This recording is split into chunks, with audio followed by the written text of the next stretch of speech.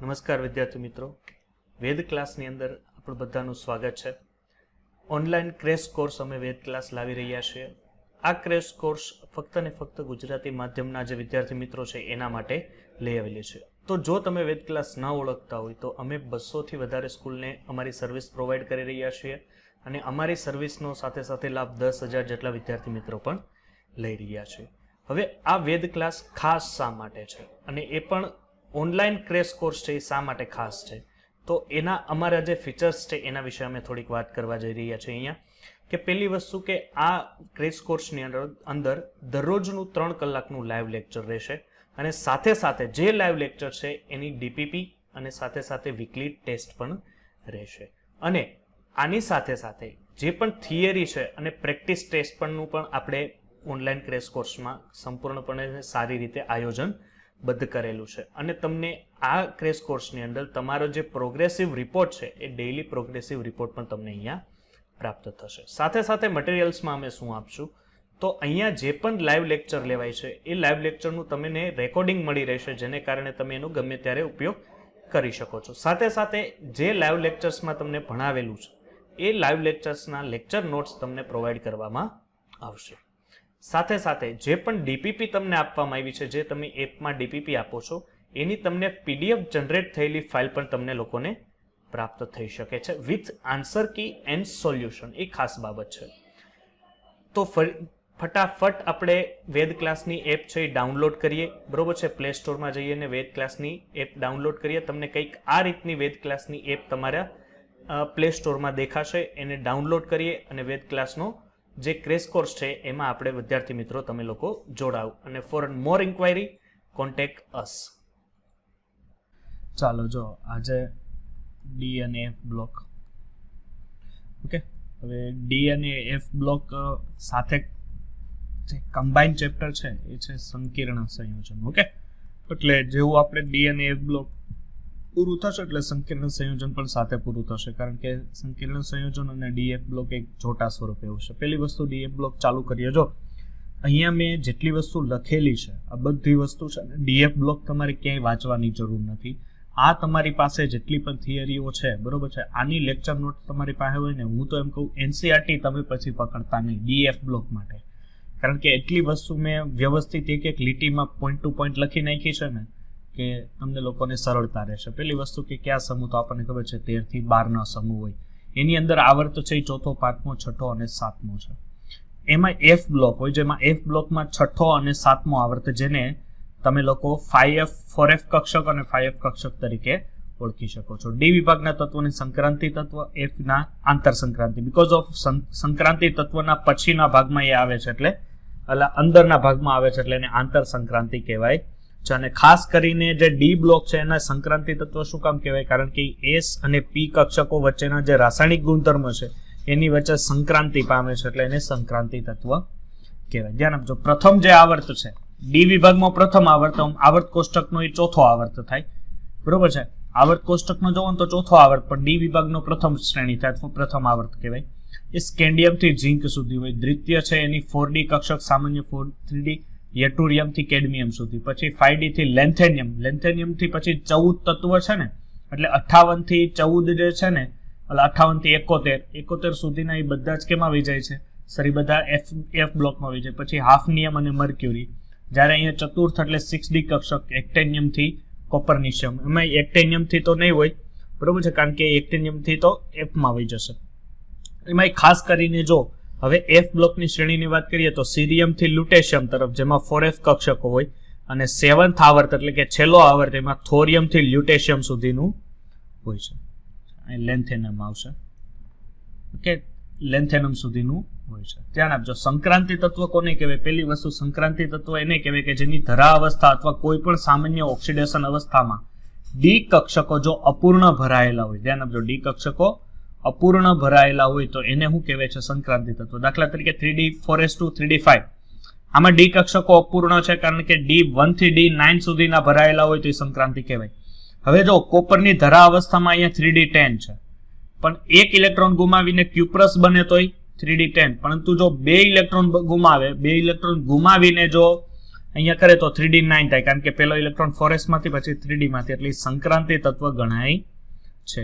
અને ધ્યાન આપજો, Zn જે છે ઝીંક એ સંક્રાંતિ તત્વ તરીકે ગણાતું નથી, કારણ કે એની બાહ્યતમ કક્ષા છે એ આ રીતના ભરાયેલી હોય 4s2 3d10, બરોબર છે. એટલે ધરા અવસ્થામાં પણ એના ઇલેક્ટ્રોન જે છે એ ઇલેક્ટ્રોન ડી માં સંપૂર્ણ ભરાયેલો હોવાથી આ સંક્રાંતિ તત્વ નથી, સંક્રાંતિ તત્વ તરીકે ઓળખાતું નથી, સંક્રાંતિ તત્વ નથી. ઓકે, દરેક શ્રેણીનું નોટ યાદ રાખજો, દરેક શ્રેણીનું અંતિમ તત્વ એ સંક્રાંતિ તત્વની વ્યાખ્યાનું પાલન કરતા નથી. ફરીથી, દરેક શ્રેણીનું અંતિમ તત્વ એ સંક્રાંતિ તત્વનું પાલન કરતા નથી. જો ધ્યાન આપજો, ડી અને એફ વિભાગમાં ડી અને એફ કક્ષકોના કારણે એસ અને પી કક્ષકોથી અલગ પડે છે, પરંતુ મોટા ભાગે સંયોજકતા ઇલેક્ટ્રોનની મદદથી આ તત્વના ગુણધર્મ સરળતાથી સમજી શકાય છે. ધ્યાન આપજો, એની સામાન્ય ઇલેક્ટ્રોન રચના છે n-1 d1 to 10 into ns1 or 2. Sir 1 or 2 લખવાનું કેમ? રીઝન, કારણ કે આપણને ખબર છે ગામ હશે ત્યાં ગાંડા હશે, એટલે આની અંદર અપવાદ છે. એ બે અપવાદ ક્યાં છે સર? એક અપવાદ છે ક્રોમિયમ અને એક અપવાદ છે કોપર. તો અહીંયા જુઓ, ખરેખર ક્રોમિયમની ઇલેક્ટ્રોન રચના તમે લખો તો 4s2 3d4 થવી જોઈએ, આવું થવું જોઈએ, પરંતુ એ થાય છે 4s1 3d5, એટલે અહીંથી એક ઇલેક્ટ્રોન 3d5 માં જાય. પછી કોપરની 29 પરમાણુ ક્રમાંક, એટલે 4s2 3d9 થવું જોઈએ. શું થવું જોઈએ? 4s2 3d9 થવું જોઈએ, પણ અહીંયા થાય છે શું? 4s1 3d10, આવું થાય છે. તો એનું મેઇન રીઝન શું છે કે ns જે છે એમાંથી n-1d અને ns એ બે વચ્ચે ઉર્જાનો તફાવત કેવો હોય છે? ઓછો. એને કારણે શું થશે કે અહીંયા ઇલેક્ટ્રોન છે આ રીતના હોય, બરોબર છે, એ રીતના અહીંયા કોપરમાં. ઓકે, હવે અહીંયા શું છે કે ઇલેક્ટ્રોન બે અહીંયા છે, 1 2 3 ને 4. અહીંયા શું છે? ક્રોમિયમ 1 2 1 2 3 4 5 6 7 8 અને 9, આ રીતના હોય. અહીંથી એક ઇલેક્ટ્રોન અહીંયા જવાની કોશિશ કરે ને અહીંથી, કારણ કે આ બે વચ્ચે આ બે જે કક્ષક છે ને, આ છે n-1d અને આ ns છે, આ બે કક્ષક વચ્ચે ઉર્જાનું સ્તરનું વચ્ચેનો જે ઉર્જાનો તફાવત છે કેવો છે? ખૂબ ઓછો. એને કારણે ડી હંમેશા સૌથી એની સ્થાયી કક્ષામાં જવાની કોશિશ પહેલા કરે, કાં તો d0 માં જઈ શકે. ડી કક્ષકો કઈ કઈ અવસ્થાએ સ્થાયી હશે? કારણ કે d0 માં સ્થાયી હોય, d5 માં કે d10 માં છે એ સૌથી વધારે સ્થાયી હોય. તો અહીંયા જો આસાનીથી d5 બનાવી શકે છે, એટલે d5 માં સ્ટેબલ થશે. અહીંયા શું થશે કે 4s પાસેથી એક ઇલેક્ટ્રોન લઈને d10 બનાવે. હવે d10 બનાવે એને કારણે શું થશે કે આ મોર સ્ટેબલ તરીકે ઓળખાય છે. ચાલો જો હવે એકો એક તત્વની તમને ઇલેક્ટ્રોન રચના અને એની ઓક્સિડેશન અવસ્થાઓ આપેલી છે, બરોબર છે. સ્કેન્ડિયમ થી ચાલુ કરીએ તમે, બરોબર છે. Scandium, titanium, vanadium, chromium, manganese, iron, cobalt, nickel, copper અને ઝિંક. આને યાદ રાખવાનું, સ્કેટીવી ક્રોમે, ફિકો, નિકો, જી. ઓકે, સ્કેટીવી ક્રોમે, ફિકો, નિકો, જી. સ્કેટીવી ક્રોમે, ફિકો, નિકો, જી. અહીંયા જો મેં રાઉન્ડ કરેલા છે, આ શું છે આપણા માટે? અપવાદ છે. શું છે સર? આ આપણા માટે અપવાદ છે. ઓકે, હવે આ એની જુઓ જુદી જુદી ઓક્સિડેશન અવસ્થા. એમાં આવત કોષ્ટકમાં સૌથી મોટી ઓક્સિડેશન અવસ્થા કોની હોય?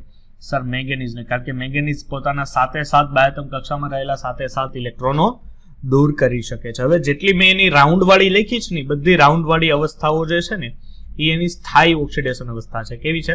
સ્થાયી ઓક્સિડેશન અવસ્થા. એટલે ઇલેક્ટ્રોન જે પેલા ભરાશે એટલે આર્ગોનમાં 18 જાય, પછી કેટલા વધ્યા સર? 3 વધ્યા. તો પેલા 4s માં જાય કે 3d માં જાય ઇલેક્ટ્રોન? આન્સર આપજો તો. પેલા 4s માં ઇલેક્ટ્રોન જાય કે 3d માં જાય? 4s માં જાય, કારણ કે નીચા શક્તિ સ્તરમાં જાય. પેલા ઇલેક્ટ્રોન ક્યાં જાય? નીચા શક્તિ સ્તરમાં. તો સર એ શક્તિ નક્કી કેમ કરવી? તો શક્તિ માટેનું સૂત્ર છે, જો શક્તિનું સૂત્ર. તો સૂત્ર થાય કંઈક n+l. શું થાય? n+l. સર n+l, n એટલે શું થશે સર? n એટલે મુખ્ય ક્વોન્ટમાંક. n એટલે શું થાય? મુખ્ય ક્વોન્ટમાંક. અને l એટલે શું થાય સાહેબ? ગૌણ ક્વોન્ટમાંક. શું થાય? ગૌણ ક્વોન્ટમાંક. તો ચાલો, આપણી પાસે 4s છે અને 3d છે, તો ઇલેક્ટ્રોન પહેલા કેમાં જશે? તો આ 4s માટે મુખ્ય ક્વોન્ટમાંક કેટલો? 4. એના માટે l કેટલો થાય દીકરા? 0. હવે આ પ્રમાણે આવી જાવ, મુખ્ય ક્વોન્ટમાંક 3, l કેટલો થાય? 2. એટલે અહીંયા 4 આવ્યા ને અહીંયા 5 આવ્યા. તો હવે ઇલેક્ટ્રોન પહેલા ક્યાં જશે?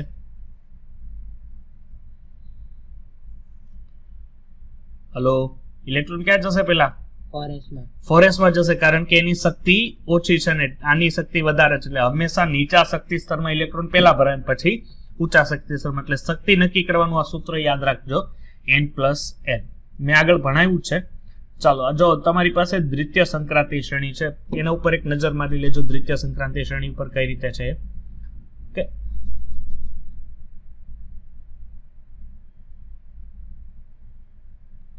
દ્વિતીય સંક્રાંતિ શ્રેણી કઈ રીતે છે એના ઉપર નજર મારી લેજો. હવે જો આ જે સંક્રાંતિ શ્રેણી છે એમાં યટુરિયમ થી કેડમિયમ સુધીની સક્રિયતા શ્રેણી હોય. યટુરિયમ, zirconium, niobium, molybdenum, ટેક્નિશિયમ, રિયોડિયમ, રોહોડિયમ, palladium, silver કે કેડમિયમ. બરોબર છે. આ જે સક્રિયતા શ્રેણીઓ છે, આ સક્રિયતા શ્રેણીમાં અહીંથી જુઓ તમે અપવાદ જુઓ. આ સક્રિયતા શ્રેણી છે ને એમાં જાજો અપવાદ હશે. એમાં એક યાદ રાખી લેજો મેં ટ્રીક, કે પ્રથમ બે જે છે ને, પ્રથમ બે અને અંતિમ, એટલે આ બે અને આ છેલ્લી, એમાં જ 5s2 હશે. બાકી ક્યાંય 5s2 હશે નહીં. અને જે 46મો પરમાણુ ક્રમાંક છે, બરોબર છે, 46મો પરમાણુ ક્રમાંક એટલે કયો થશે? પેલેડિયમ. એમાં જ એક 5s0 હશે, બાકી બધામાં શું હશે? 5s1 ઇલેક્ટ્રોન જેવી રચના હોય છે. બરોબર છે. અહીંયા જુઓ, જેટલી પણ રાઉન્ડ કરેલી છે એ બધી જ કેવી છે? એની સ્થાયી ઇલેક્ટ્રોન રચના છે. શું છે એની સ્થાયી ઇલેક્ટ્રોન રચના? એમાં મોલિબ્લેડમ છે એની ઇલેક્ટ્રોન રચના ક્રોમિયમ જેવી, અને સિલ્વર જે છે એની જે ઇલેક્ટ્રોન રચના છે એ કોપર જેવી ઇલેક્ટ્રોન રચના હોય છે. આની યાદ રાખવું હોય તો કઈ રીતે યાદ રાખી શકો? જો આ તમે ક્રિપ્ટોન થી તમે જોઈન્ટ કરી શકો કે યુ જરા શું છે? યુ જરા એટલે યટુરિયમ, ઝિર્કોનિયમ. નોબલ શું છે? નોબલ એટલે નિયોબિયમ. મે એટલે મોલિબ્લેડમ. તેરી રિયોડિયમ. રૂ એટલે રોહોડિયમ. પાક યુ જરા નોબલ મે તેરી રૂહ પાક. પાક એટલે આપણે કહીએ પવિત્ર. પાક એટલે પેલેડિયમ, પછી એ એટલે સિલ્વર અને સી એટલે અહીંયા કેડમિયમ. બરોબર. યુ જરા નોબલ મે તેરી રૂહ પાક. એટલે આ રીતના તમે એને યાદ રાખી શકો. ચાલો, તૃતીય સંક્રાંતિ શ્રેણી છે. તૃતીય સંક્રાંતિ શ્રેણી જુઓ, અહીંયા 57 થી લેન્થેનમ, પછી 58 થી એફ બ્લોકમાં આવી જાય. 58 થી 71 છે એફ બ્લોકમાં આવી જશે. પછી 72 થી 80 સુધી પાછી ડી બ્લોકમાં આવી જાય. એફ બ્લોકમાં છે ને એટલે એક વસ્તુ યાદ રાખજો કે એમાં પેલા એફ ના 14 ઇલેક્ટ્રોન ભરાઈ જાય. આમાં પણ અપવાદ છે કે ટંગસ્ટન છે એની 5d કરવા નહીં. બરોબર છે. ટંગસ્ટન છે ને તમે એમ કહેશો કે સર અહીંયા તો 4d છે, અહીંયા 5d થવાની એની પાસે પ્રબળ છે, પણ અહીંયા 5d કરવા નહીં. એ યાદ રાખજો. એમાં ગોલ્ડ જે છે, ગોલ્ડ ઓરસ, એની કોપર જેવી ઇલેક્ટ્રોન રચના. ખરેખર 5d 9 6s2 હોવું જોઈએ, પરંતુ એ શું થાય છે? 5d 10 6s2 થઈ જાય છે. અને બીજું વસ્તુ કે પ્લેટિનમ છે એ શું છે? અપવાદ છે. ઓકે. અને આ એની સ્થાયી ઇલેક્ટ્રોન રચનાઓ તમને આપેલી છે, એટલે થિયરિકલ છે, વાંચી લેજો. ચાલો, હવે પી વિભાગમાં નિષ્ક્રિય યુગ્મ અસરને કારણે શું થશે કે ઉપરથી તમે નીચે તરફ જાઓ એટલે નીચી ઓક્સિડેશન અવસ્થાઓ ધરાવે છે, પરંતુ ડી વિભાગ તેનાથી વિપરીત હોય. પી વિભાગમાં શું હોય? ઉપરથી નીચે તરફ જાઓ, જેમ નીચી ઓક્સિડેશન અવસ્થા એમ વધારે સ્ટેબલ. પણ ડી વિભાગમાં એનાથી વિપરીત હોય. ડી વિભાગમાં શું હોય કે +2 થી +6. હવે ક્રોમિયમ છે +2 થી +6. હવે મોલિબ્લેડમ છે, બરોબર છે, સમૂહમાં જુઓ તો મોલિબ્લેડમ છે. સુરભી બોલ ને, આમાંથી કઈ તે લખ્યું એમાં સમજ ન પડી. બોલ બેટા, ક્યાં પ્રોબ્લેમ હતો? દ્વિતીય સંક્રાંતિ શ્રેણીમાં ટેક્નિશિયમ 5s2 છે સર. કેમાં? ટેક્નિશિયમમાં? હા સર. હા, એમાં 5s2 આવે છે ને ઇલેક્ટ્રોન રચનામાં.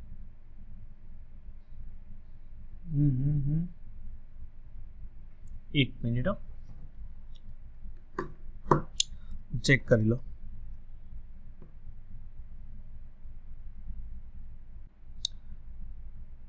નહીં, એમાં છે ને અહીંયા 4d6 યાદ રાખજો. અહીંયા 4d6 5s1. Okay, 4d6 5s. ચાલો, હવે છે જો પી વિભાગમાં શું હોય ખબર? ઉપરથી નીચે તરફ જાવ એટલે ઓક્સિડેશન અવસ્થા જેમ નાની ને વધારે સ્ટેબલ થાય.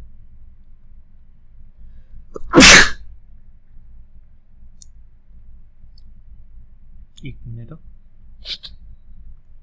ચાલો, જો ઉપરથી નીચે તરફ જશો જેમ ઓછી ઓક્સિડેશન અવસ્થા પી બ્લોકમાં એમ વધારે થાય, પણ આમાં એવું હોતું નથી. આમાં શું હશે કે ક્રોમિયમ જો +2 થી +6 સુધીની ઓક્સિડેશન અવસ્થા, મોલિબ્ડેનમ +1 છે, +3 છે અને +6 છે. એટલે ઉપરથી નીચે તરફ, એટલે કે આ ક્રોમિયમ સાહેબ, આ ક્રોમિયમ છે, મોલિબ્ડેનમ છે અને ટંગસ્ટન ત્રણે એક જ આ સમૂહના તત્વ છે. ઓકે, એક જ સમૂહના તત્વ છે. એટલે અહીંયાથી તમે જોશો એટલે +6 ઓક્સિડેશન અવસ્થા બધામાં સ્થાયી બતાવે છે. આથી તમે એસિડિક માધ્યમમાં તમે જો, એસિડિક માધ્યમમાં તમે ક્રોમિયમનો ઓક્સાઇડ છે એ પ્રબળ ઓક્સિડેશન કરતા છે, જ્યારે તમે મોલિબ્ડેનમનો ઓક્સાઇડ કે ટંગસ્ટનનો ઓક્સાઇડ એ ઓક્સિડેશન કરતા તરીકે વર્તતો નથી. અહીં નિકલ અને આયન જેવા તત્વો એ સિગ્મા બંધન અને પાઈ બંધન ધરાવતા હોવાથી તે નીચી ઓક્સિડેશન અવસ્થા ધરાવે છે. કઈ અવસ્થા? કે સર નીચે ઓક્સિડેશન અવસ્થા ધરાવે છે. હવે નિકલ જોવો, નિકલની અહીં ઓક્સિડેશન અવસ્થા કેટલી હોય? 0. હવે Fe છે, Fe ની અહીં ઓક્સિડેશન અવસ્થા કેટલી હશે? 0 હોય છે. પછી શું છે અહીંયા ધ્યાન આપજો, ધાત્વીય ગુણ, કે બધા જ તત્વો છે એ ધાત્વીય ગુણ ધરાવે છે. ધાત્વિક બંધની પ્રબળતા પ્રોપોર્શનલ ટુ ડી ઇલેક્ટ્રોનની સંખ્યા. જેમ ડી ઇલેક્ટ્રોનની સંખ્યા વધશે એમ ધાત્વિક બંધની પ્રબળતામાં શું જોવા મળે છે? વધારો જોવા મળે છે. એમાંય ખાસ કરીને ઝિંક, કેડમિયમ કે મર્ક્યુરીમાં અયુગ્મિત ઇલેક્ટ્રોનની ગેરહાજરીને કારણે તેઓ ધાતુઓ નથી. ખાસ યાદ રાખજો આ ગુણ, કે ઝિંક, કેડમિયમ અને મર્ક્યુરી અને સાથે સાથે આ ત્રણે તત્વ છે એ સંક્રાંતિ તત્વ પણ નથી. સંક્રાંતિ તત્વ નથી, સંક્રાંતિ તત્વ નથી અને સાથે સાથે એ ધાતુ પણ નથી. પછી છે પરમાણ્વીય ત્રિજ્યા. હવે ઉપર આપણને ખબર છે કે આવર્તમાં ડાબીથી જમણી તરફ જાવ તો પરમાણ્વીય ત્રિજ્યા શું થાય? ઘટે કે વધે? ઘટે. સમૂહમાં વધે. ઓકે, એટલે સામાન્ય રીતે તમે જો આ રીતના કરો, પરંતુ ઉમેરાતા છેલ્લો ઇલેક્ટ્રોન ડી કક્ષકમાં ભરાય છે, જે દૂર જતા નથી. એટલે શું થશે? એક પાસે ને પાસે રહેશે. ડી કક્ષકની શિલ્ડિંગ અસર કેવી હોય છે? ખૂબ જ ઓછી. જો આપણી પાસે શિલ્ડિંગ અસર હશે એટલે S ની સૌથી વધારે, પછી P ની, પછી D ની અને પછી કોની હોય છે? F ની. આ શિલ્ડિંગ શક્તિનો ક્રમ છે.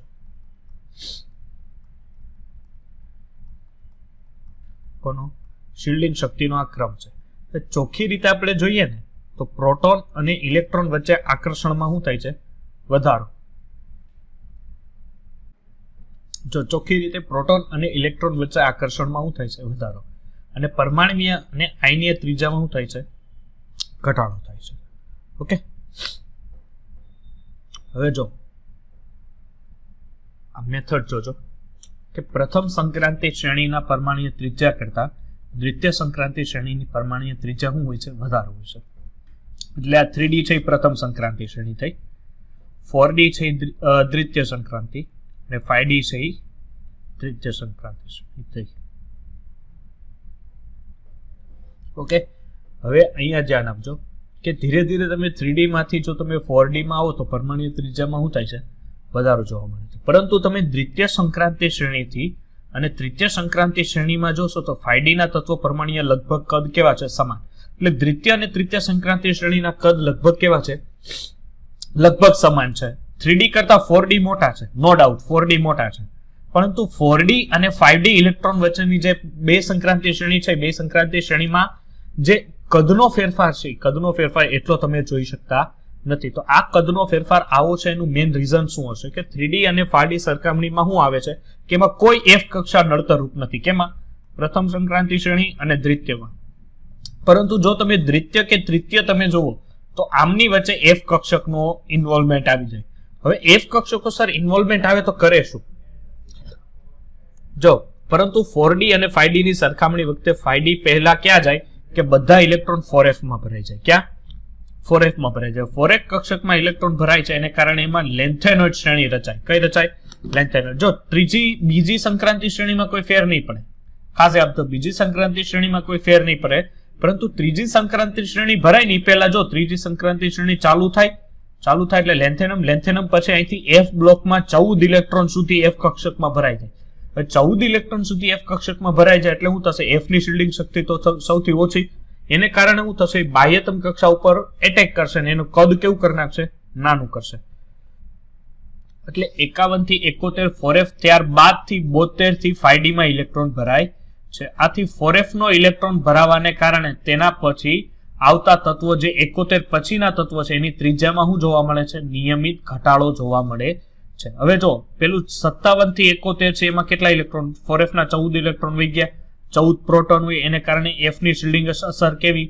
સર ઓછી, શિલ્ડિંગ અસર એની ઓછી. આને કારણે 72 થી તત્વોની ત્રિજ્યામાં શું થાય છે?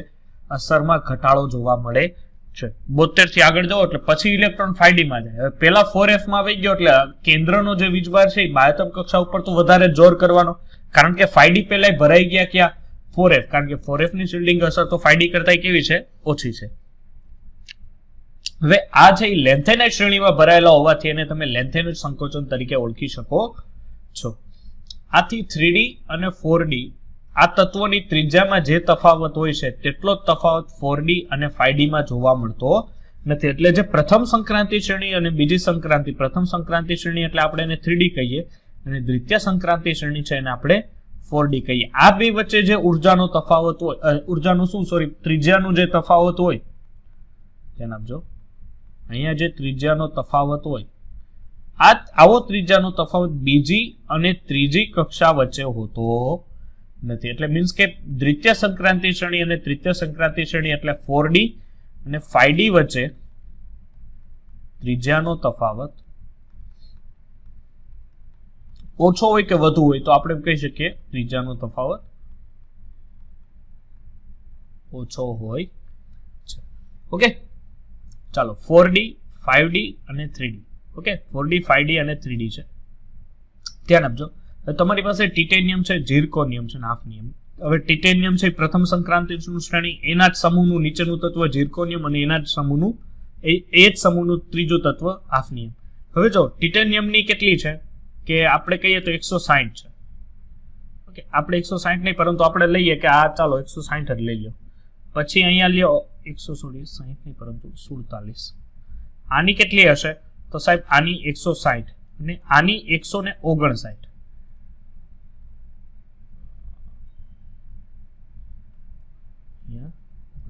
હવે સમૂહમાં ઉપરથી નીચે તરફ જતા ખરેખર ત્રિજ્યા શું થવી જોઈએ?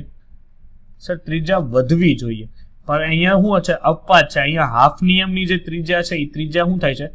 ઘટે છે. આ ત્રિજ્યા ઘટવાનું મેઇન કારણ છે લેન્થેનોઇડ સંકોચન. કારણ કે હાફ નિયમ પહેલા જે લેન્થેનમ તત્વ હોય અહીંથી 14 ઇલેક્ટ્રોન જો આ રીતના હોય, બરોબર છે, આ યટુરિયમ હોય, પછી આ ઝિર્કોનિયમ હોય, પછી અહીંયા જે સ્કેન્ડિયમ છે, પછી ટિટેનિયમ હોય, પણ અહીંયા છે ને આ તત્વમાં 14 ઇલેક્ટ્રોન f માં ભરાય જાય. f ની શિલ્ડિંગ અસર ઓછી, એને કારણે શું થાય કે કેન્દ્રનો વીજભાર બાહ્યતમ કક્ષાના ઇલેક્ટ્રોન ઉપર લાગે, ને કેન્દ્રનો વીજભાર જો બાહ્યતમ કક્ષાના ઇલેક્ટ્રોન ઉપર લાગે તો હાફ નિયમનું કદ હવે શું થાય છે? ઝિર્કોનિયમની સાપેક્ષમાં ઘટે છે. એટલે સતત એ આવર્તમાં ઘટાડો જોવા મળે છે. જો અહીંયા તમને આપેલું જ છે લેન્થેનોઇડ સંકોચન માટેના પરિબળ. હવે એક ઇલેક્ટ્રોન દ્વારા બીજા અન્ય ઇલેક્ટ્રોન ઉપર અપૂર્ણ શિલ્ડિંગ અસર હોય. હવે આ જે કેન્દ્રનો વીજભાર છે, હવે અહીંયા ભરાયેલી કક્ષા છે. હવે આ કક્ષા દાખલા તરીકે 4f ભરાયેલી હોય તો 4f ની શિલ્ડિંગ અસર ઓછી. એટલે શું થાય કે આ જે કેન્દ્રનો જે વીજભાર છે એ બાહ્યતમ કક્ષામાં રહેલા જે ઇલેક્ટ્રોન છે એના ઉપર જોરદાર આકર્ષણ. જોરદાર આકર્ષણને કારણે શું થાય કે આ બધી કક્ષકો કેન્દ્ર તરફ ખેંચાય. કેન્દ્ર તરફ ખેંચાય એટલે આના કદ કેવા થઈ જાય? કદ થઈ જાય સાહેબ નાના. કેવા થઈ જાય? નાના. અને અન્ય ઇલેક્ટ્રોન દ્વારા 4f ઇલેક્ટ્રોનની શિલ્ડિંગ અસરે અન્ય ઇલેક્ટ્રોન દ્વારા 4f સોરી આ બે વાર લાઈન લખી ગઈ છે. અન્ય ઇલેક્ટ્રોન દ્વારા 4d ઇલેક્ટ્રોનની શિલ્ડિંગ અસર કરતા કેવી હોય છે? ઓછી હોય છે. એટલે આકર્ષણમાં શું જોવા મળે છે? ક્રમશઃ ઘટાડો જોવા મળે છે. યાદ રાખજો કે સમાન મુખ્ય ક્વોન્ટમાંક વાટે શિલ્ડિંગ અસર. દાખલા તરીકે 4s છે, 4p છે, 4d અને 4f. આ બધામાં ક્વોન્ટમાંક સમાન છે. ક્વોન્ટમાંક સમાન એટલે બધામાં 4 છે. જુઓ મુખ્ય ક્વોન્ટમાંક 4, પરંતુ અહીં કક્ષક s, p, d અને f. તો સૌથી વધારે શિલ્ડિંગ અસર 4s ની હશે, પછી 4p ની, પછી 4d ની અને છેલ્લે 4f ની. બરોબર, અહીં 4p નથી, 4f છે. ઓકે, ચાલો. શિલ્ડિંગ અસર પ્રોપોર્શનલ ટુ 1 upon આકર્ષણ પ્રોપોર્શનલ ટુ ત્રિજ્યા. જો શિલ્ડિંગ અસર વધશે તો કેન્દ્રનું આકર્ષણ શું થશે? જે આકર્ષણ છે એ ઘટશે. કારણ કે શિલ્ડિંગ અસર વધી જાય એટલે જે આ બાહ્યતમ કક્ષાના પછીના ઇલેક્ટ્રોન હોય એ બધા શિલ્ડ કરે. જે કેન્દ્રમાં રહેલો ઝેડ ઇફેક્ટિવ છે ને, ઝેડ ઇફેક્ટિવ એટલે અસરકારક કેન્દ્રીય વીજભાર.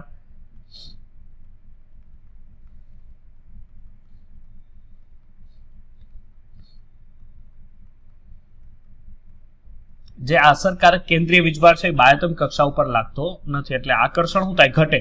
એને કારણે ત્રિજ્યા શું થાય? એની વધે, કારણ કે આકર્ષણ ઘટે એટલે ત્રિજ્યા વધે. હવે જો શિલ્ડિંગ અસર ઓછી હોય તો આકર્ષણ, કેન્દ્રનું આકર્ષણ બાહ્યતમ કક્ષાના ઇલેક્ટ્રોન ઉપર કેવું સાહેબ? વધી જાય. એને કારણે ત્રિજ્યા શું થાય? ઘટી જાય. ઓકે, પછી ઘનતા વાળું છે દળના છેદમાં કદ, તો યાદ રાખી લેજો. અહીંયા છે આપણી પાસે ઘનતા, કે જો ડી ઇલેક્ટ્રોનની નિર્બળ સ્ક્રીનિંગ અસરને કારણે, ધ્યાન આપજો, કઈ? ડી ઇલેક્ટ્રોનની નિર્બળ સ્ક્રીનિંગ એ જ શિલ્ડિંગ અસર, બરોબર છે, એને સ્ક્રીનિંગ અસર પણ કહેવાય, અથવા ગુજરાતીમાં કહીએ તો શું કહેવાય? આચ્છાદન અસર. સ્ક્રીનિંગ અસરને કારણે સંક્રાંતિ તત્વના કદ બાજુના એસ અને પી વિભાગના તત્વો કરતા કેવા હોય છે? ઓછા હોય છે, અને તેઓની ઘનતા પણ પ્રમાણમાં કેવી હોય છે? વધુ હોય છે. ઘનતા કેવી હશે? વધુ. એટલે કે ડાબેથી જો જમણી તરફ જાઓ, બરોબર છે, ડી વિભાગમાં ડાબેથી જમણી તરફ જાઓ એટલે પરમાણુય કદ ઘટે, અને પરમાણુય કદ ઘટે એટલે સાથે સાથે પરમાણુય ભાર શું થાય? વધે, કારણ કે પરમાણુ ક્રમાંક વધે છે તો પરમાણુય ભાર વધવાના જ છે, અને એને કારણે એની ઘનતામાં પણ શું જોવા મળે છે? વધારો જોવા મળે છે. એટલે એક અપવાદ યાદ રાખજો, પરંતુ ઝીંકનું કદ વધુ હોવાને કારણે પણ એની ઘનતા કેવી છે? ઓછી છે. ધ્યાન આપજો, ઝીંકનું કદ છે એ વધુ હોવાને કારણે પણ એની ઘનતા કેવી છે? ઓછી છે. એમાં સ્કેન્ડિયમ છે એ સૌથી હલકી ધાતુ છે, અને સૌથી ભારે ધાતુ છે એ ઓર્સનિયમ છે, કારણ કે એની ઘનતા 22.57 છે. હવે પાણી છે, પાણીની ઘનતા 1 હોય, બરોબર છે, એનો મિનિંગ કે તમે 1 લીટર પાણી લ્યો ને એટલે 1000 ml પાણી લ્યો એટલે 1000 ગ્રામ થાય, બરોબર. તો આની ઘનતા તો 22.57 છે, એટલે એનો મિનિંગ તમે 1000 ml લ્યો ને એટલે કેટલો થાય? 2200 ગ્રામ ઉપર થશે કે નહીં? બરોબર છે, એટલે એ મોટું વધારે તત્વ ગણાય છે. પછી છે વિદ્યુત ધ્રુવ પોટેન્શિયલ. વિદ્યુત ધ્રુવ પોટેન્શિયલ એટલે શું થશે કે તમે લોકો ઇલેક્ટ્રોકેમિસ્ટ્રી ભણેલા હોવા જોઈએ, કે સંક્રાંતિ તત્વની ઉષ્માગતિકીય સ્થાયીથી એ તેના આયનીકરણ એન્થાલ્પી ઉપર રહેલા હોય છે. કોના ઉપર હોય? આયનીકરણ. એટલે કે જેમ આયનીકરણ એન્થાલ્પી વધુ એમ ધાતુની સ્થાયીતા ઓછી. આયનીકરણ એન્થાલ્પી એટલે શું થાય સાહેબ? આયનીકરણ એન્થાલ્પી એટલે બાહ્યતમ કક્ષામાં રહેલા ઇલેક્ટ્રોનને દૂર કરવા માટે આપવી પડતી ઉર્જા.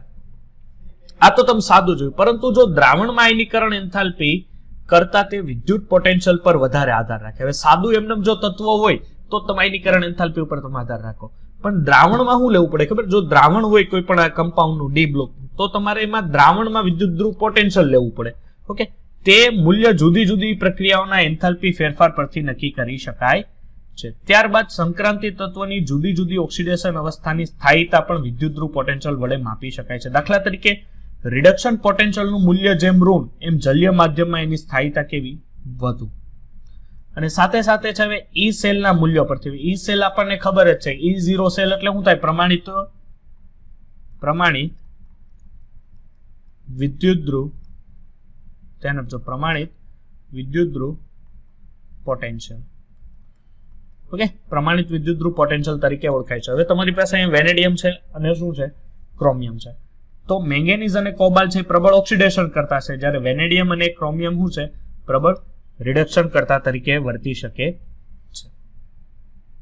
ચાલો, અહીંયા સાથે સાથે Fe+2 છે એ રિડક્શન કરતા છે, અને Fe+3 છે ઓક્સિડેશન કરતા છે, કારણ કે Fe+ નું હજી ઓક્સિડેશન થઈ શકે, પરંતુ Fe+3 નું ઓક્સિડેશન ન થઈ શકે, એનો ઘટાડો થઈ શકે, એટલે એ ઓક્સિડેશન કરતા તરીકે વર્તે. હવે જો આયનીકરણ એન્થાલ્પી છે, પેલી વસ્તુ આયનીકરણ એન્થાલ્પી વિશેની જો તમે માહિતી મેળવો એટલે તમને એટલી વસ્તુ તો ખબર જ છે, આયનીકરણ એન્થાલ્પી કોને કહેવાય? કે બાહ્યતમ કક્ષામાં રહેલા ઇલેક્ટ્રોનને દૂર કરવા માટે આપવી પડતી ઉર્જાના આયનીકરણ એન્થાલ્પી. બીજી વસ્તુ, જો કોઈ પણ તત્વની શિલ્ડિંગ અસર વધારે હોય તો એની આયનીકરણ એન્થાલ્પી છે એ કેવી હોય છે? ઓછી હશે, કારણ કે શિલ્ડિંગ અસર વધારે, એનો મિનિંગ કેન્દ્રનો જે અસરકારક કેન્દ્રીય વીજભાર છે એ બાહ્યતમ કક્ષાના ઇલેક્ટ્રોન ઉપર આવે નહીં, અને એના ઉપર આવે નહીં એટલે એ જે બાહ્યતમ કક્ષામાં રહેલું તત્વ છે એ કોઈ ખેંચાયેલું રહે નહીં, એટલે એ ઇલેક્ટ્રોન ફટાફટ ત્યાંથી તમે દૂર કરી શકો.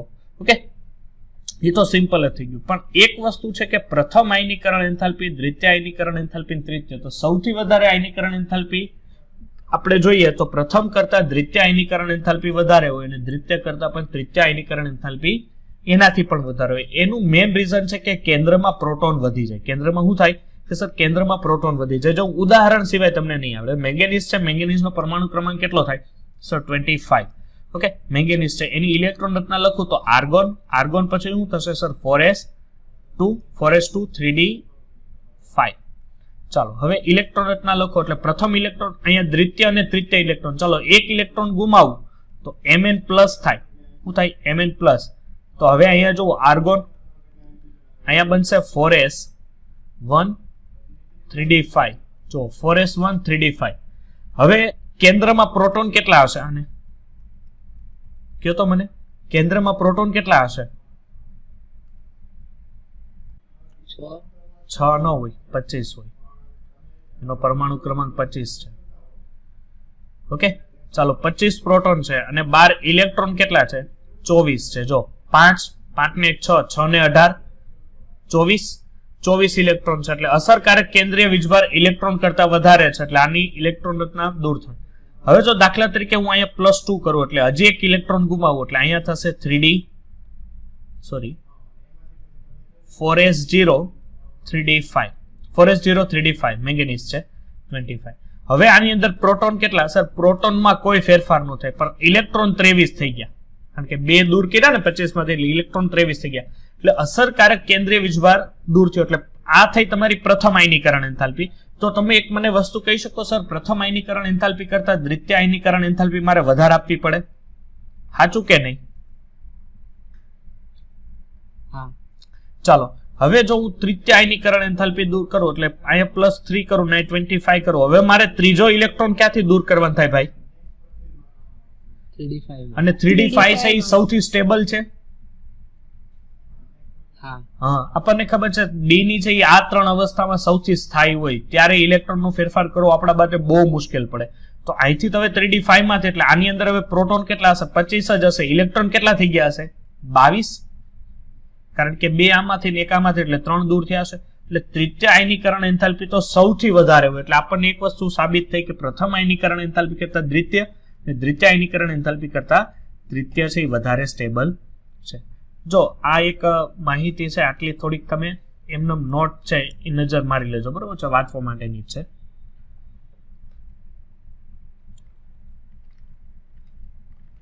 એક મિનિટ, બાકીની જે ઉદાહરણો છે ઉદાહરણો હું અહીંયા મૂકું.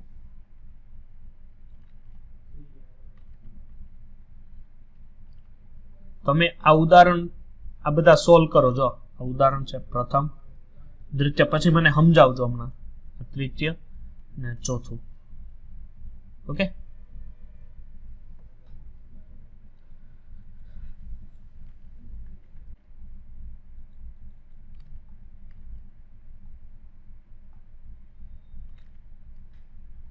ચાલો કેમ થયું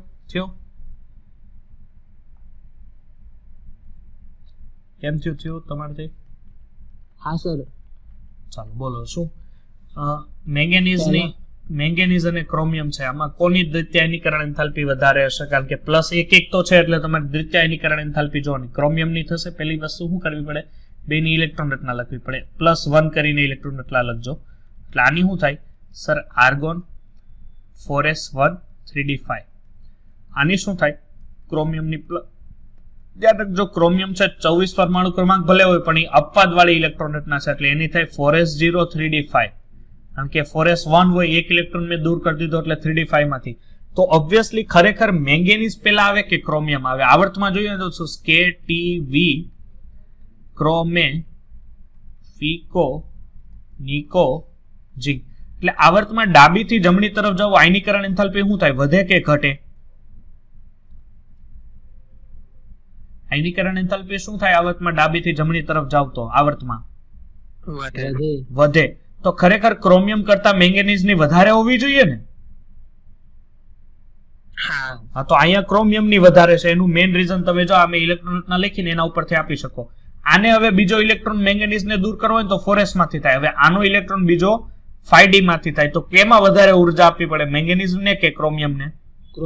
ક્રોમિયમ પ્લસ ને વધારે ઉર્જા આપવી પડે. ઓકે, એટલે આ એક અપવાદ થયો.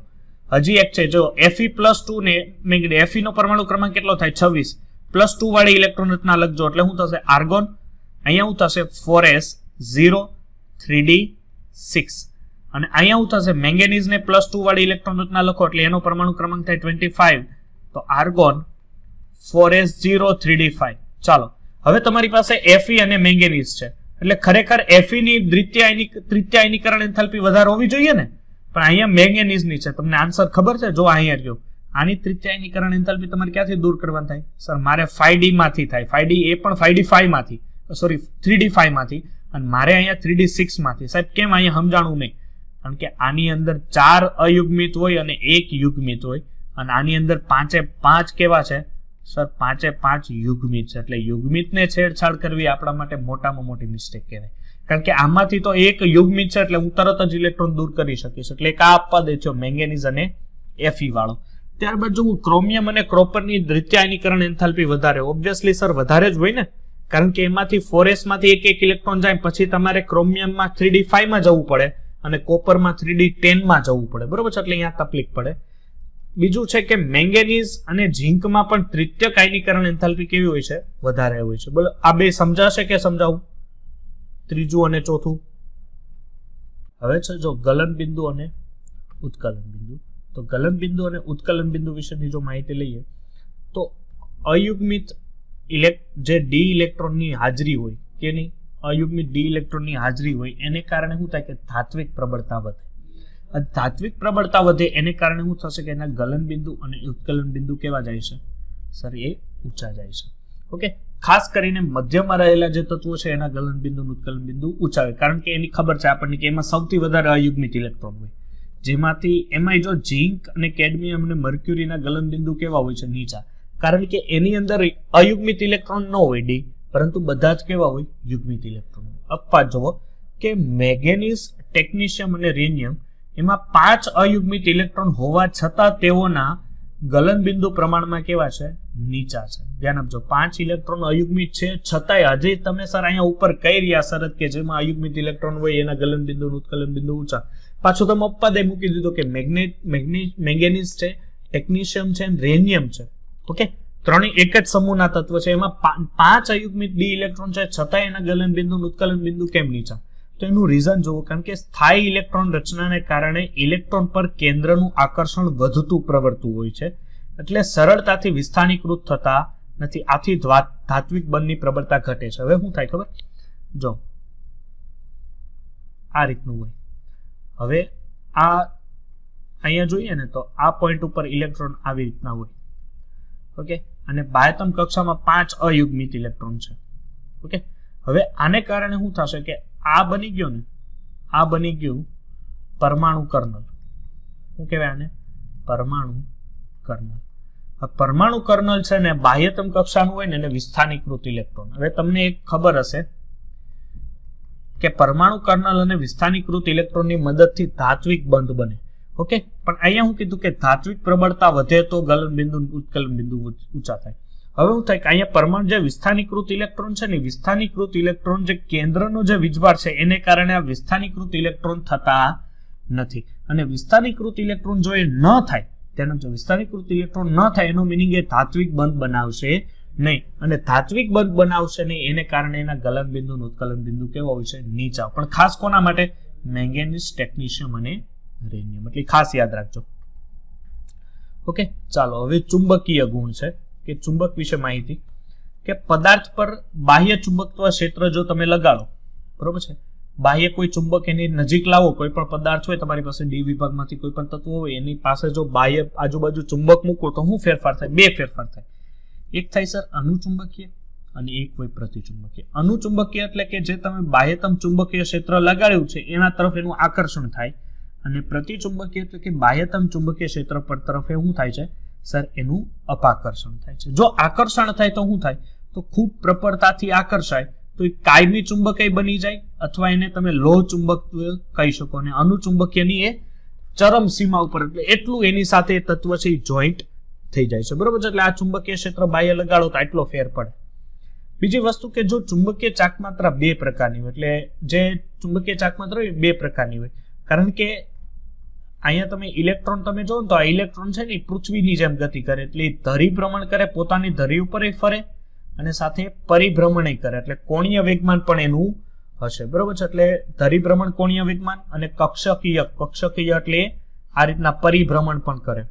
એટલે ધરી ભ્રમણ છે ને એ ભ્રમણ માત્ર ચુંબકીય ચાકમાત્રા દર્શાવે. શું દર્શાવે? ચુંબકીય ચાકમાત્રા. અને કક્ષીય જે ભ્રમણ છે કોણીય વેગમાન, એ કોણીય વેગમાનનું પ્રમાણ કેવું હોય છે? ખૂબ જ ઓછું હોય છે. અને એટલું ઓછું હોય છે કે તમે એને અવગણી શકો છો. ઓકે, અને આ કારણે એમાં અયુગ્મિત ઇલેક્ટ્રોન છેલ્લી કક્ષામાં હોય છે એને કારણે. હવે જો ચુંબકીય ચાકમાત્રા છે, ચુંબકીય ચાકમાત્રાનું એક સૂત્ર હતું μ √n × n+2, જ્યાં n શું છે? n છે સર અયુગ્મિત ઇલેક્ટ્રોનની સંખ્યા. શું છે? અયુગ્મિત ઇલેક્ટ્રોનની સંખ્યા. ઓકે, ચાલો બીજું છે એક અપવાદ છે કે મર્ક્યુરીમાં +1 માં એક અયુગ્મિત ઇલેક્ટ્રોન હોવા છતાં Ag+2 તરીકે અસ્તિત્વ ધરાવે છે. તેને કારણે એ કેવું છે? પ્રતિચુંબકીય તરીકે વર્તી શકે છે. ચાલો હવે છે આપણી પાસે રંગીન આયનનું નિર્માણ. તો કોઈ પણ રંગીન આયન કેમ બને? તો ધ્યાન આપજો, અયુગ્મિત ઇલેક્ટ્રોન એ નીચા ઉર્જા ધરાવતી ડી કક્ષકમાંથી ઊંચી ઉર્જા, ધ્યાન આપજો ડી કક્ષકો આ રીતના હોય: dxy, dyz, dzx, dx² - y² અને dz². આ 5 કક્ષકો હોય ડી ની, બરોબર છે. એમાં આ જે 3 છે એ 3 અત્યારે નીચી શક્તિ સ્તર છે, અને ઉપરના જે 2 છે dx² - y² અને dz² એ ઊંચો શક્તિ સ્તર છે. સર આ દર વખતે આવું જ હોય? ના, દર વખતે આવું ન હોય, આ ચેન્જીસ પણ થાય છે. હવે દાખલા તરીકે તમારી પાસે એક ઇલેક્ટ્રોન અહીંયા છે, એ ઊંચા શક્તિ સ્તરમાં જાય, ધ્યાન આપજો ઊંચા શક્તિ સ્તરમાં જાય, અને ઊંચા શક્તિ સ્તરમાંથી જ્યારે પોતે નીચા શક્તિ સ્તરમાં આવે ત્યારે એને કારણે શું થશે કે એની અંદરથી કોઈ ચોક્કસ, ધ્યાન આપજો, એની અંદરથી કોઈ ચોક્કસ યોગ્ય તરંગ લંબાઈ કે આવૃત્તિ વાળા, ધ્યાન આપજો, કોઈ યોગ્ય આવૃત્તિ કે તરંગ લંબાઈ વાળા ઉત્સર્જન દ્રશ્યમાન વિસ્તાર મળે છે. બરોબર છે. આ જે દ્રશ્યમાન વિસ્તાર છે, ધ્યાન આપજો, અહીંયા જે દ્રશ્યમાન વિસ્તાર છે, આ દ્રશ્યમાન વિસ્તારને કારણે તમને જો એની પાસે કોઈ ચોક્કસ તરંગ લંબાઈ હોય ને, તો એનો મિનિંગ સર એ મને કોઈ ચોક્કસ રંગ તો ડેફિનેટલી આપશે જ. એટલે કે હવે જો આ ઇલેક્ટ્રોન ઉત્તેજિત અવસ્થામાંથી ધરા અવસ્થામાં ફરે ત્યારે તે તરંગ લંબાઈ કે આવૃત્તિના પ્રકાશનું શું કરે છે? સર ઉત્સર્જન કરે છે. એને કારણે તમે એનામાંથી કોઈ રંગ જોઈ શકો. એટલે કે સામાન્ય રીતે પાંચેય જે ડી કક્ષકો છે એની જો શક્તિ સમાન હોવાથી, પરંતુ સ્ફટિક ક્ષેત્રવાદ મુજબ ડી કક્ષકોનું જુદા જુદા શક્તિ સ્તરમાં વિભાજન થાય છે. અહીંયા જો બધા તત્વોના મેં રંગ લખેલા છે. ઓકે, આ જે રંગ છે એના ઉપરથી તમને આઈડિયા આવી જશે. તમને MCQ પૂછાય જ છે, રંગના પ્રશ્ન પૂછાય કે આનો રંગ કેવો હોય, આનો રંગ કેવો હોય. તો અહીંયા યાદ રાખજો, હું ટ્રીક આપું છું કે એક ભૂરો છે. કોણ છે? ભૂરો. એક આ ભૂરો છે. એ ભૂરો કુકર લેવા ગયો. શું લેવા ગયો? કુકર. એટલે અહીંયા રાખી દેવાનું CuCr, કુકર. કેટલા કુકર લેવા ગયો? 2. ધ્યાન આપજો, કેટલા કુકર લેવા ગયો? 2. એટલે ભૂરો છે કુકર લેવા ગયો 2. એને નાખ્યા કોથળીમાં. કેમાં નાખ્યા? કોથળીમાં. અને એને વિચાર કર્યો. શું કર્યો? વિચાર. તો ફરીથી ભૂરો શું લેવા ગયો? સર કુકર લેવા ગયો. કુકર કેટલા લીધા? 2. કેમાં નાખ્યા? કોથળીમાં. અને શું આવ્યો? વિચાર. કોનો વિચાર આવ્યો ખબર? લીલાનો. કોનો? લીલાનો. લીલાને કે આવની, આવની. શું કીધું લીલાને? આવની. ઈ કે લીલા કે ક્યારે? તો ભૂરો કે 2 થી 2. ક્યારે? 2 થી 2. તો ભૂરો કુકર લેવા ગયો, કોથળીમાં નાખ્યા, વિચાર આવ્યો. કોનો વિચાર આવ્યો દીકરા? લીલાનો. લીલાને કે આવની. લીલા કે ક્યારે? કે 2 થી 2. તો લીલા કે ક્યાં આવું? બરોબર છે. લીલા એમ કીધું ક્યાં આવું? તો ભૂરો કે જાંબુડાના ઝાડ નીચે. ક્યાં? જાંબુડાના ઝાડ નીચે, વેક્રોમાં. આપણે ખબર છે સાદી ભાષા, હાવ આપણી કાઠિયાવાડી ભાષામાં રેતીનો ઢગલો હોય તેને એમ કહીએ વેક્રોમાં. તો ક્યાં બેહવા બોલાવી? કે ભાઈ જાંબુના ઝાડ નીચે જે વેક્રોમાં છે ને, ત્યાં હું બેઠી હતી. ત્યાં હું બેઠી હતી. એટલે આખી કહાની સાંભળજો. જો કે પૂરો કુકર લેવા ગયો, કોથળીમાં નાખ્યા, વિચાર. કોનો વિચાર? લીલાનો. લીલાને કે આવની. ક્યારે? તો કે 2 થી 2 આવજે. ક્યાં? જાંબુના ઝાડ નીચે વેક્રોમાં હું બેઠી હતી. વેક્રોમાં હું બેઠી હતી. તો વેક્રોમાં બેઠી હતી ને, તો ભૂરો જાતા ભૂલી ગયો. ભૂરો જાતા ભૂલી ગયો એટલે લોચો પડ્યો. લોચો પડ્યો એટલે મનામણા તો કરવા પડે. તો મનામણા કરવા શું કર્યું ખબર છે? મસ્કા માર્યા. મસ્કા એવા મસ્કા માર્યા ને તો લીલાના 2 ગાલ છે ને ગુલાબી થઈ ગયા. 2 જે લીલાના 2 કોમળ ગાલ છે ને, ધ્યાન આપજો, લીલાના 2 કોમળ ગાલ છે ને પાછા કયા? 2 +2 2 કોમળ ગાલ કેવા થઈ ગયા? ગુલાબી. અને આથી લીલા પડી ગઈ પીળી. આથી એટલે પછી પીળા હાથ થઈ જાય ને, આ બધી ચર્ચા આવી થતી હોય, પકડાઈ જાય તો પીળા હાથ થઈ જાય. તો આથી પીળી પડી ગઈ. અને આ બધું ક્યાં થયું? જાંબુડાના ઝાડ નીચે. એટલે ટિટેનિયમ +3 એક યાદ રાખી લેજો, જાંબુડાનું ઝાડ. અને બાકીના લગભગ આયનો છે એ રંગવિહીન હોય છે. બોલો તો આ યાદ રહેશે? હા સર. હા બસ, ચાલો સરસ. એટલે આ રીતના રંગ બધા યાદ રાખી લેજો, બરોબર છે? એટલે આ રીતના રંગ તમને બધા યાદ રહેશે. એમાં જો ડિફરન્સ જ્યાં જ્યાં રંગ ફેરવાતા હશે ને એ હું તમને જણાવી દઈશ કે એમાં જો આ છે Na+2 સંકીર્ણ સંયોજનમાં Na+2 નો રંગ લીલો, જો અહીંયા છે Na+2 લીલો, અહીંયા ઓક્સિડેશન કોબાલ્ટ +3 છે તો કોબાલ્ટ +3 છે એ ખરેખર ભૂરો, પરંતુ શું થાય છે કે લાલ અને લીલા રંગનું પ્રકાશનું શું કરે છે, ઉત્સર્જન કરે છે. ઉત્સર્જન કરે એ સમયે લાલ અને લીલા રંગના મિશ્રણને કારણે તે પીળાશ પડતો નારંગી રંગ જેવો પણ દેખાય છે. એટલે આ વસ્તુ ખાસ યાદ રાખજો. આવા સંકીર્ણ સંયોજનમાં કલર ક્યાંક ડિફરન્સ આવતા હશે, જ્યાં જ્યાં ડિફરન્સ આવતા હશે એ મેં લખી જ નાખ્યા હશે. ઓકે, ચાલો. હવે છે આપણી પાસે ઉદ્દીપકીય ગુણધર્મ. ઉદ્દીપકીય ગુણધર્મ એટલે શું થાય કે ઉદ્દીપક તરીકે કાર્ય કરે. ઉદ્દીપક ફક્ત પોતાની સરફેસ ઉપર પ્રક્રિયા થવા દે, પોતે પ્રક્રિયામાં ભાગ નથી લેતા. હવે ઈ છે ને, જો ઈ તમારો ઉદ્દીપક છે. ઓકે, હવે અહીંયા શું છે કે આર છે એ તમારો રિએક્ટન્ટ છે પ્રક્રિયા. હવે ઉદ્દીપકની સરફેસ ઉપર આવે. ઓકે, ઉદ્દીપકની સરફેસ ઉપર આવે ને થોડા સમય બાદ ઈ છે એ પોતાનામાંથી હું રિલીઝ કરી દે સર, પ્રોડક્ટ છે એ રિલીઝ કરી દે. એટલે સપાટી પર અણુઓ વધારે સક્રિય હોય છે અને સંક્રાંતિ ધાતુ તત્વ સારો શું છે, એક ઉદ્દીપક છે. એનું મેઇન રીઝન શું છે કે એકથી વધુ ઓક્સિડેશન અવસ્થા ધરાવે. સંક્રાંતિ તત્વ છે એ એકથી વધારે ઓક્સિડેશન અવસ્થા ધરાવે. બીજું કે સંક્રાંતિ તત્વ એ પ્રક્રિયકો સાથે સરળતાથી શું બનાવે છે સર, સંકીર્ણ સંયોજન બનાવે છે. સરળતાથી સંકીર્ણ સંયોજન એ બનાવી શકે છે. જો H2SO4 બનાવવું હોય તો તમારે વેનેડિયમ પેન્ટોક્સાઇડ નો ઉપયોગ કરો. એમોનિયા બનાવવું હોય તો આયન છે. આલ્કિનમાંથી આલ્કેન બનાવવું હોય તો પેલેડિયમ છે, પ્લેટિનમ છે કે નિકલનો ઉપયોગ તમે કરી શકો.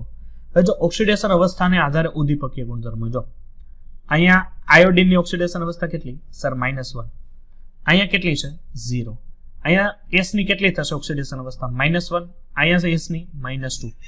એટલે અહીંયા એક આપણે પોઈન્ટ કહી શકીએ કે આ ઓક્સિડેશન અવસ્થામાં જુઓ ફેરફાર કેવો જોવા મળે છે કે S2 માંથી -1 માંથી -2 એટલે ઓક્સિડેશન આંકમાં ઘટાડો. બીજું શું છે, -1 માંથી 0 માં જાય એટલે ઓક્સિડેશન આંકમાં વધારો. એટલે આ રીતના ફેરફાર જોવા મળે. હવે આયોડિન છે એ અહીંયા ઉદ્દીપક તરીકે વેરતો. જો આયોડિનનું -1 માંથી 0, અહીંયા શું છે +3 માંથી +2 એટલે ઓક્સિડેશન આંકમાં ઘટાડો. એટલે આ રીતના તમે એમાં ફેરફાર જોઈ શકો છો, ઉદ્દીપકીય રીતે જોઈ શકાય છે. ચાલો, પછી છે આપણી પાસે આંતરાલીય સંયોજન. આંતરાલીય સંયોજન એટલે શું થશે કે તમે લોકો આ જોયેલું હશે આંતરાલીય સંયોજનો ક્ષતિમાં, સરવારનું જે પહેલું ચેપ્ટર હતું એમાં ક્ષતિમાં જોયું હતું કે સંક્રાંતિ તત્વોની સ્ફટિક જે રચના છે એના અંદરના ભાગમાં જો હાઇડ્રોજન, કાર્બન, નાઇટ્રોજન કે બોરોન આ તત્વ એની સાથે જોડાઈ જાય તો એના આંતરાલીય. કારણ કે સંક્રાંતિ તત્વના કદ કેવા હશે સર, સંક્રાંતિ તત્વના કદ મોટા હોય. ઓકે, હવે કદ મોટા હોય એને કારણે શું થાય કે આ જે નાના નાના તત્વો છે ને, આ નાના નાના તત્વો એના અંદરના ભાગમાં ક્યાંક આવી રીતના બેસી જાય. ઓકે, એટલે એના આંતરાલ્ય ભાગમાં બેઠા. આ કાર્બન હોઈ શકે, હાઇડ્રોજન હોઈ શકે, નાઇટ્રોજન હોય, બોરાઇડ હોય. અહીં ધાતુ અને અધાતુ વચ્ચે કોઈ સહસંયોજક બંધ બનતો નથી. એટલે આ બે વચ્ચે કોઈ બોન્ડિંગ નથી, ધ્યાન રાખજો. ખાસ આંતરાલ્ય સંયોજનો છે એમની વચ્ચે કોઈ બોન્ડિંગ હશે નહીં. આથી આ સંયોજનો અણુસૂત્ર કોઈ ચોક્કસ પ્રકારના હોય. જો બોન્ડિંગ હોય પરફેક્ટ તો અણુસૂત્ર પરફેક્ટ બને, પણ કોઈ બોન્ડિંગ જ પરફેક્ટ નથી એનો મીનિંગ કોઈ અણુસૂત્ર પરફેક્ટ બનશે નહીં. એટલે બિન તત્વ સંયોજન અથવા બિન પ્રમાણ સંયોજન, જો તમે technetium carbide, manganese nitride, vanadium boride, vanadium nitride, chromium boride, chromium carbide આ પ્રકારના હશે. એના ગુણ જોવો કે શુદ્ધતાનું ગલન બિંદુ એ ધાતુના આંતરાલ્ય સંયોજનના ગલન બિંદુ કરતા કેવું હોય છે, શુદ્ધ ધાતુનું ગલન બિંદુ હોય. દાખલા તરીકે ટેકનિશિયમ છે અને ટિટેનિયમ છે, ટિટેનિયમ કાર્બાઇડ છે, તો ટિટેનિયમ કાર્બાઇડનું ગલન બિંદુ, ઉત્કલન બિંદુ એ જે ટિટેનિયમ છે ને એના કરતા વધારે હોય. પછી વધુ સખત હીરા જેવી કઠિનતા ધરાવતા બોરાઇડ સંયોજનો એમાંથી બને છે. આ છે કે આમાં ધાત્વિક વાહકતા પણ જોવા બને છે. અને બીજી વસ્તુ, જો તમે આવા સંયોજન બનાવી નાખ્યા, આંતરાલ્ય સંયોજન બની ગયા, તો એ રાસાયણિક રીતે કેવા હોય છે, નિષ્ક્રિય હોય છે. અને ઘસારાનો એ શું કરે છે, પ્રતિકારક અને ક્ષારણ પ્રતિકારક હોય છે ઉપયોગ. અને આનો ઉપયોગ ખાસ કરીને ઓજારો અને યંત્ર સામગ્રીમાં તમે કરી શકો.